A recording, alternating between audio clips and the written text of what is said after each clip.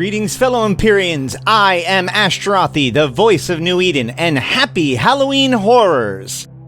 We are here today to discuss the Blood Raider event, the Crimson Harvest, that has returned once again to New Eden. The Crimson Harvest is the first event that CCP ever came out with, and thus one of the more iconic events within the EVE calendar.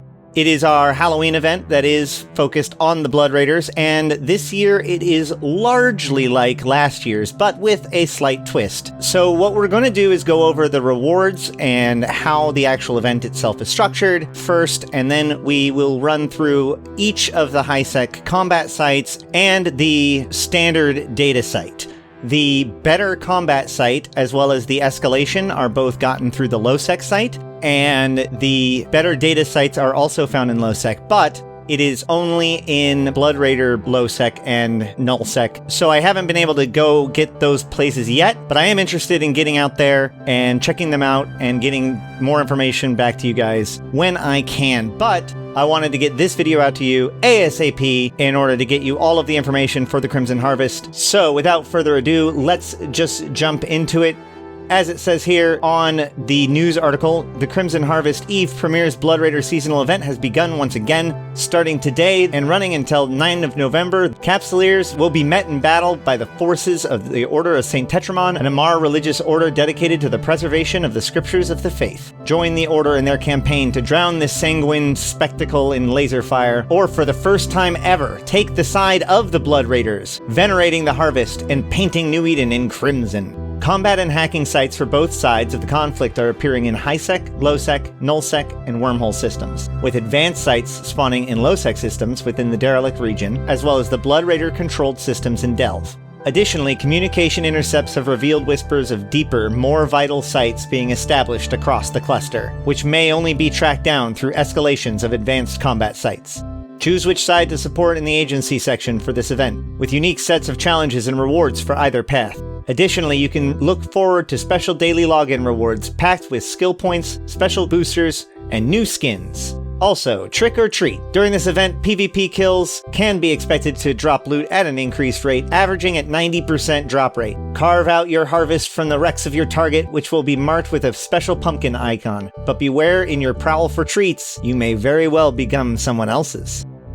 Then there's a 15% off Omega sale, there is new skins, Marshlight skins on the market, the Deathglow Hunter skins, which we will look at in a little bit, and there is an Abyssal Proving Ground on the 29th of October through the 2nd of November, so this upcoming weekend, and it is a 4-player free-for-all destroyer proving ground. It has increased stasis webifier range, Nosferatu and energy neutralizer strength, and laser turret damage. Only the Coercer, Dragoon, Cormorant, Corax, Catalyst, Algos, Thrasher, and Talwar may enter, with modules limited to meta level 5 and pirate implants restricted. That means Tech 2 modules or meta modules and Tech 1 destroyers. Now let's jump into the rewards themselves. So our login reward, we have 9 days, but 12 days to claim them. So you have 3 days that you could technically miss and still get all of the rewards. And if you are a big fan of giant piles of skill points, you will definitely want to get all of the rewards, in particular if you're an Omega. So we're going to go ahead and start looking at this. In the first day, we have 10,000 skill points and 25,000 skill points. So 35,000 skill points total for an Omega. On day 2, you have the Incursus Deathglow skin. And we also get the Anti-Disruptor Booster, which has an 8% weapon disruption resistance with a base duration of 2 hours. Then we have the Tormentor Deathglow Remnant, the Megathron Deathglow Remnant skin. You can really tell that the red in the Deathglow Remnant skin is far shinier than previous Crimson Harvest skins. In fact, it is very similar to the Kybernaut Clade skin. It is very reminiscent of that cherry red. And we also get a Anti-Disruptor Booster, which gives 4% Nosferatu module cycle time. That would mean that your Nosferatu is cycling faster, you're draining more, and you're receiving more.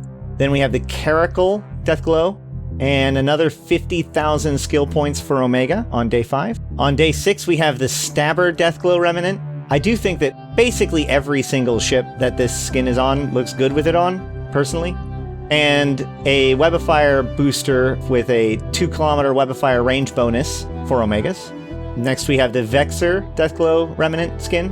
I like that it's the kind of ships that pirates want to fly around, for the most part. Armageddon Deathglow Remnant skin. I mean, obviously not all pirates, but a lot of these ships are ships that I see in like faction warfare and whatnot.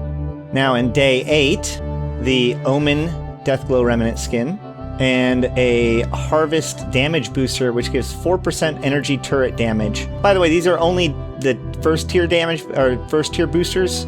And then for the final day, you get 50,000 skill points as an alpha and 100,000 skill points as an omega, which is a total of 135. I can't remember, but a lot of skill points, especially as an omega. Next, I just want to quickly check over the New Eden store. There is the Blood Raider Magellan Marshlight skin, a whole bunch of Marshlight skins available. Some of them are new, they're labeled new. There's also the Headhunter skins for sale, but there is no bundle for the Headhunter skin. The Magellan Marshlight skins, which are the Halloween skin, of course, has the pulsing yellow glowing face in the front of it, and it's been added to a few new ships, including, as you saw, the Purifier and the Retribution and the Confessor, which is kind of interesting, although I think that the face is not as well placed as it probably could have been. But yeah, these skins, often people ask me where they come from, so they are popular throughout the year, and this is the one time a year that you can pick them up. The Malagrin Marshlight bundle, that's how to pronounce that, comes with all 3 of the Blood Raider ships, and that is 10% off, it looks like. All right, so like previous events, you have to gain points by going down the track. And like the Mimitar event prior, you now have to choose which faction you wish to support. Now, you can do both sites and get the rewards, but this determines which side that you get the skins for and you'd go down the track with. So this is the Blood Raiders. The Blood Raider Covenant is particularly gruesome sect of the Son of Sabbac cult. While all modern Son of Sabbac rituals use blood in some manner or another, the Blood Raider Covenant places particular value on it, and will go to great lengths to acquire it from what they believe to be the richest and most unspoiled sources. They are considered among the most dangerous and depraved of all pirates. The Order of St. Tetrimon is an Amar religious order known for its fanatical followers and radical, spiritual, theocratic, and militaristic doctrines. The order is named for St. Tetrimon, an artificer noble who assassinated his grandfather, the Emperor Zaragram II, in response to the increasingly megalomaniacal and heretical actions of the Mad Emperor. But I'm going to have to go with the Blood Raiders. We'll get to why when we get there. So the first thing we have is some fireworks, who cares? Then the Crucifier Ironblood skins. The Ironblood skins are, man, I'm so excited about these. You also get the Anti-Disruptor Booster too. The Punisher Blood Raider skin is the next on the track. They look like Blood Raiders, that's fine. The Ironblood skin, so you get the Ironblood skins for all 3 of the Blood Raider ships. The Ironblood was actually the originally labeled Crimson Harvest YC118. It was the original skin for the Crimson Harvest 2016, but they didn't actually drop it then. Oh, the Purifier Blood Raider? They didn't drop it then.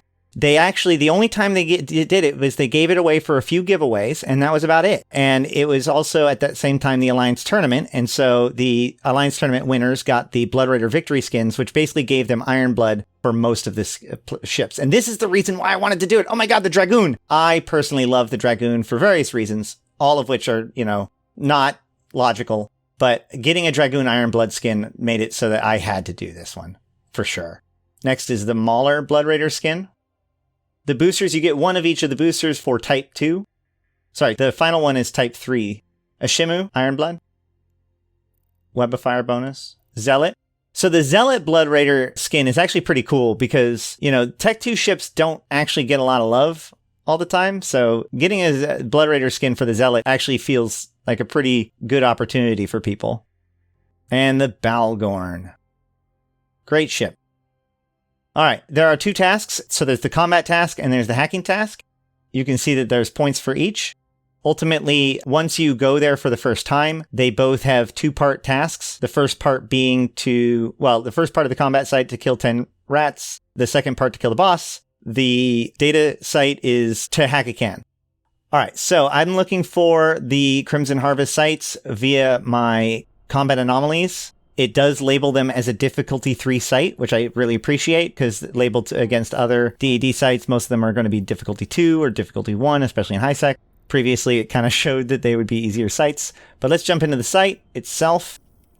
We are landing at the first site now. I actually ran the Blood Raider side, the Harvest side first. It was in the system with me at the time, so I didn't get any points for the first one. Also, in this first part, I didn't have my PELD open, my Python damage meters. I bring that up later.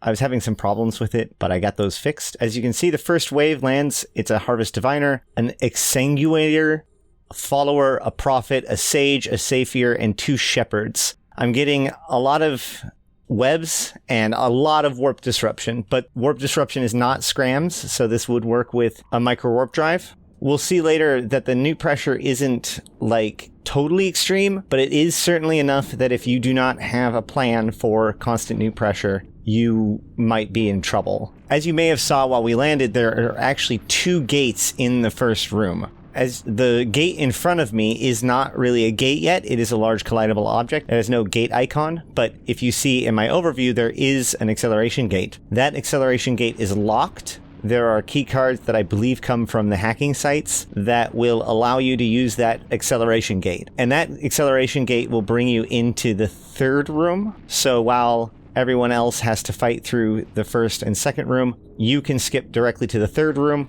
The damage that we receive is predominantly EM and thermal, but I am definitely seeing things like the Shepherd doing explosive damage. So if you're going to go fight the Blood Raiders, you're going to want to tank predominantly EM, then Therm, with some explosive damage resistance, or at the very least tackle those targets as a priority.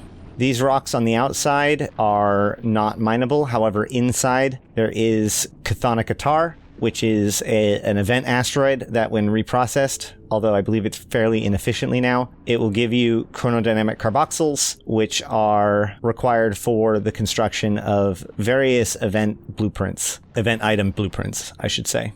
So as we finish up this room, you can see that the acceleration gate in fact becomes a gate and can be activated. There doesn't appear to be an additional wave that shows up after the gate is activated in either the opening or the second room, as is the case in some other events. So the first inside room, we see 2 Harvest Clerics, 4 Prophets, and a Shepherd. As we wrap up the last Omen, we see that the next wave is already starting to land with 2 more Followers, a Sage, and 3 Diviners. You also may have noticed that they come in different times. Faster things warp faster, which implies that they spawn somewhere within the system and then are ordered to warp to this location. So they do come in a slightly staggered pattern. There is a total of 2 waves in the second room before the gate unlocks. You can also see the custom skybox for the Crimson Harvest event. Most of these event sites, a lot of these event sites now have their own custom skybox. This was, I believe, one of the first. The Crimson Harvest is the first for a lot of things.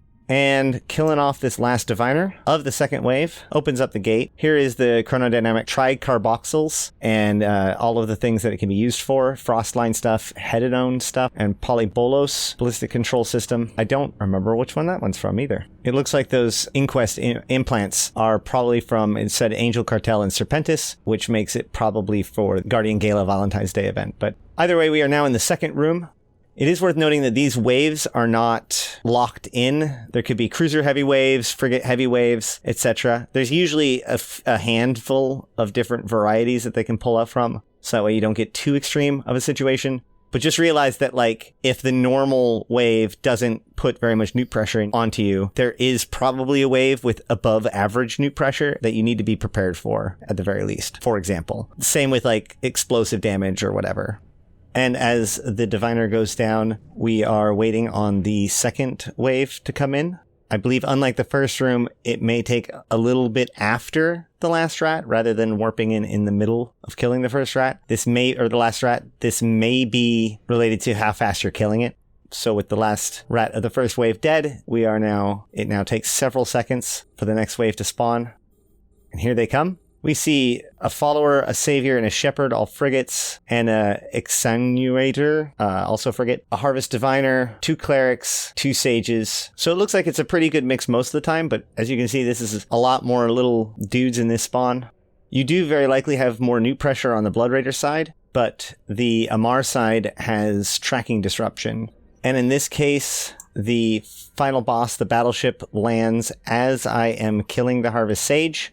And you can tell that the cap pressure in this room is not insignificant. I didn't even have my second repper running, and I had to turn off my afterburner, and it's still chewing into it. I could have targeted the neuters a little bit better, but it just goes to show you that if you are not able to deal with cap pressure, and this ship has a cap battery. We'll see the exact statistics when we get over to the Tetrimon side where my Peld is working. So the Overseer warps in about 20 kilometers up from the landing position, but immediately burns towards you very, very quickly, wants to get within at least 10 kilometers. So if you're trying to race somebody, that might be important. It is worth noting that the Blood Raider side is probably the easier side to get money from, because you get bounties and you get the Overseer effects that are just raw ISK in your pocket. Overseer effects sell to Concord stations to NPC buy orders, so they don't diminish in value. The Ammar side drops Warblank clones, which sell for 1 million ISK each at Blood Raider NPC stations in Delve. There are people who will buy them in Jita at a pretty reasonable price, and there is some chthonic Attar in the inside room too, if that matters to anybody. There is more than a handful of rocks, but I never actually checked how much is in each rock. If I remember correctly, last year they made it so it was significantly less efficient to refine it, so don't think this is your gold mine, but you know, if you were looking to get carboxyls, then now's the time to grab it.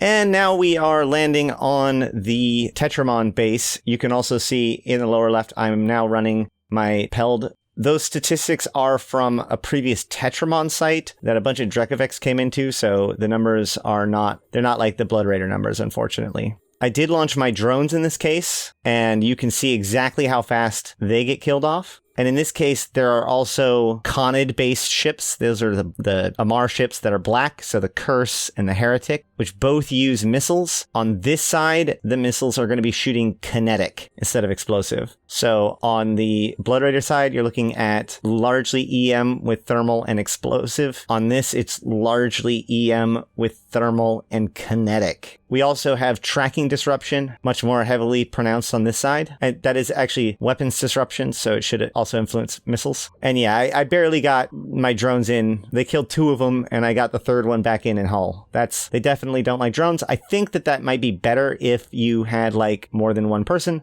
That usually tends to help, but especially if you're by yourself, your drones are very much at risk. Just like on the Blood Raider side, there is only one wave on the outside, so once this curse dies, the gate will activate, and then I will activate the gate. In the second room, we see 2 Tetrimon Crusaders, 3 Heretics, and an Augurer. Augurers are not Logi ships in this case. I don't see any remote assistance in either side of the site. In this case, there's a lot of kinetic damage. This is one of those examples where if you had tanked solely for EM Therm, this could potentially punch into your hull pretty significantly.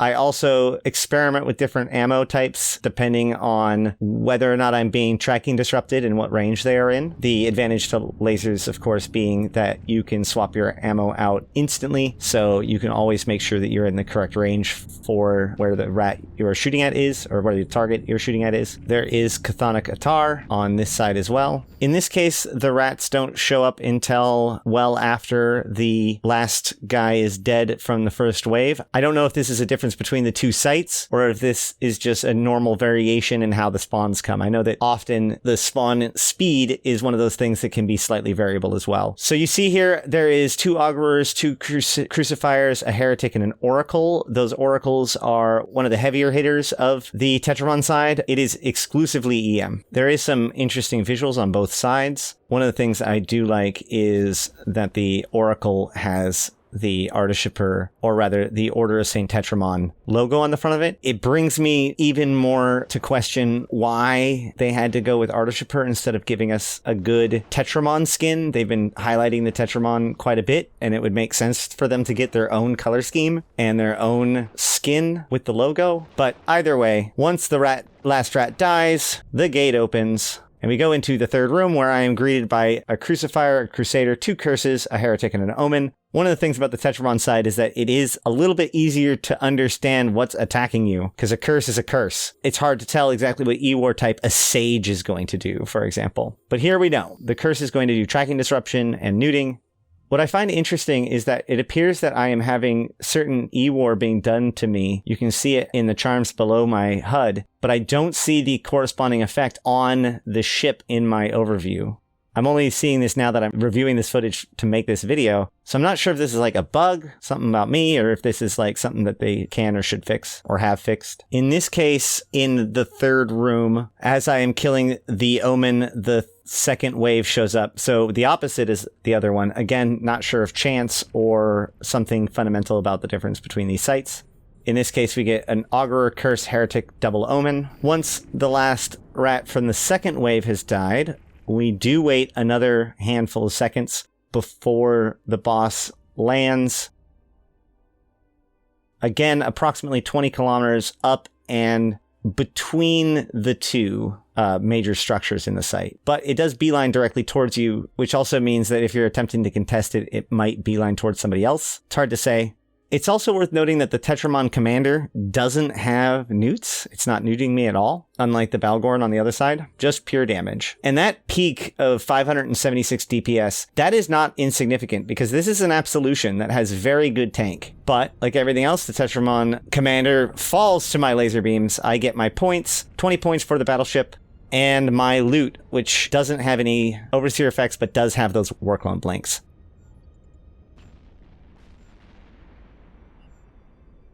And that is the combat sites.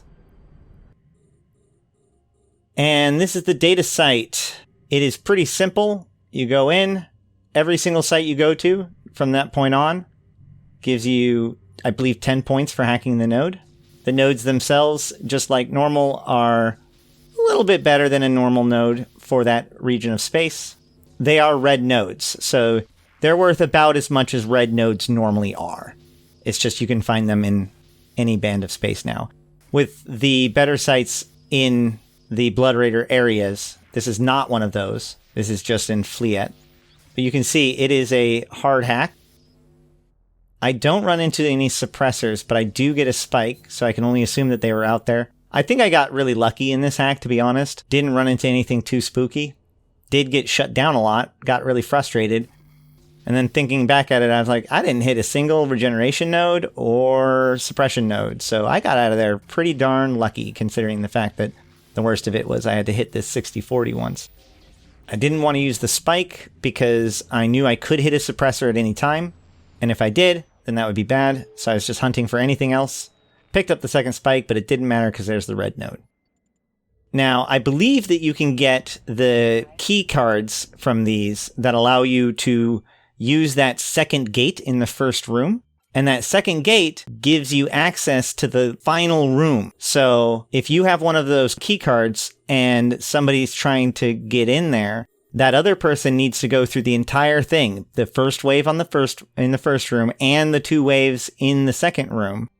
And you can already be clearing the third room. So hopefully that will give an advantage, an opportunity for someone to get an edge on it if they are having difficulty getting their points or finishing the sites. That way they can at least try to get one over before everybody else gets in there. So I may make a video more later on with like my final thoughts, a deconstruction of, or a post-mortem of the Crimson Harvest 2021 or YC123. But for now, I think that it looks like it's a pretty interesting site. It's a pretty interesting event, but it is basically the event that we had last year, which is fine. I believe that that means that we could potentially get the Sanguine tractor unit, which is a corpse tractor unit that should drop on the Blood Raider side. Unknown if there's some sort of loot on the Tetrimon side, and we still need to examine the escalation sites. So there's still more to find out, but it seems like a pretty decent enough event. The few frustrations I have, I do not like the fact that it does not show you all of the skins that you will get. You cannot preview the skins that are available to you before you join a side. This is the same problem that we had in the Mimitar Liberation Day games. And the problem is that the verbiage of the choice says that they are equivalent, which given the fact that it's sight unseen, most people, or a lot of people, are interpreting this as the same, and therefore they become upset because they may have wanted to make another choice. While this was a limited problem in the Minmatar Liberation games, unfortunately, with how, let's be frank, bad the Artichoper skins are compared to basically any of the others, barely even a recolor, or a lot of people who have decided to join the Order of St. Tetrimon feel bamboozled. They feel that that is not equivalent. Now, it is objectively equivalent, but it is not subjectively equivalent. So it would be nice if we could at least preview the rewards somewhere in either the news post about it, or preferably the splash screen, or better yet, the choice screen. When you show that, instead of showing just the text, you need to show all of the reward tracks for the side when you're showing the text about that side. These people do not care about the Sanasabic cult. They care about whether or not they're getting cool skins or not. That's the reason why they're making the choice that they are. It's just that simple. Also, it does appear that they have not yet fixed the whole thing where you have to click on it each time that you go through a task, and that the battleship can jam up the smaller number kill requirement. It'd be nice if those were 2 different tracks, so that way every 10 you kill, you might get points, so that way somebody who's at least going into sites and doing stuff can get stuff. Or better yet, tie the battleship reward to the closure of the site. I've talked about this literally every event since this system has come out, so whatever. There is a minor improvement, I believe, which is that the previous event really shafted the reward structure for hacking sites, and this event gives 10 points per hacking site, which is still technically less than combat sites, but definitely enough such that an intrepid explorer could hit those numbers without much difficulty. But this is all my suspicions about how well or how poorly the event will do, coming from the first day of the event. So please help me out by sharing your thoughts and feelings down below, your experiences with the Crimson Harvest, and I can come out with more information on my Twitter and on my Twitch stream as we go through this event. I hope to be taking on alpha challenges, low-sec sites, and otherwise looking into this event as much as I can. And so, whether you are a follower of Artichoper or Bloody Omir, happy Halloween, and until next time, I'll see you in space.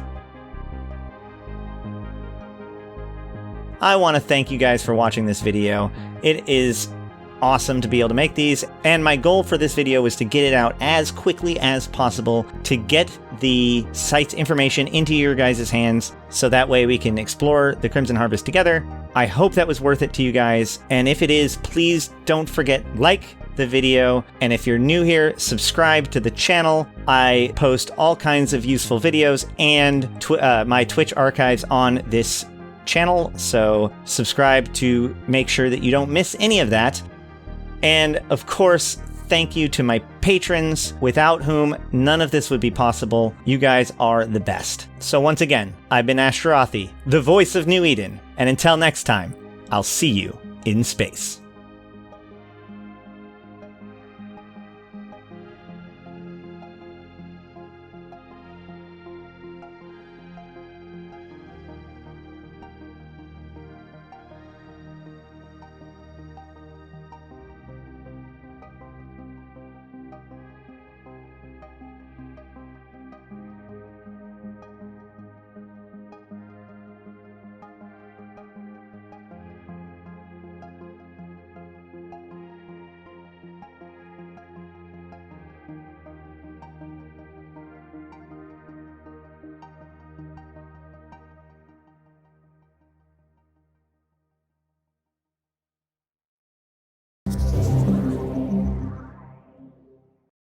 The broadcast you are about to see is of graphical nature. Viewer discretion is advised. Bloody Omir ran away, hiding from the light of day. Made a base out in the night, far away from the Empire's might. Holders think they all are safe, protected by the Empire's grace. Silly people, they should know. You shall reap just what you sow. Bloody Omir is coming back. Monsters from the endless black. Wading through the crimson flood, Omir has come to drink your blood.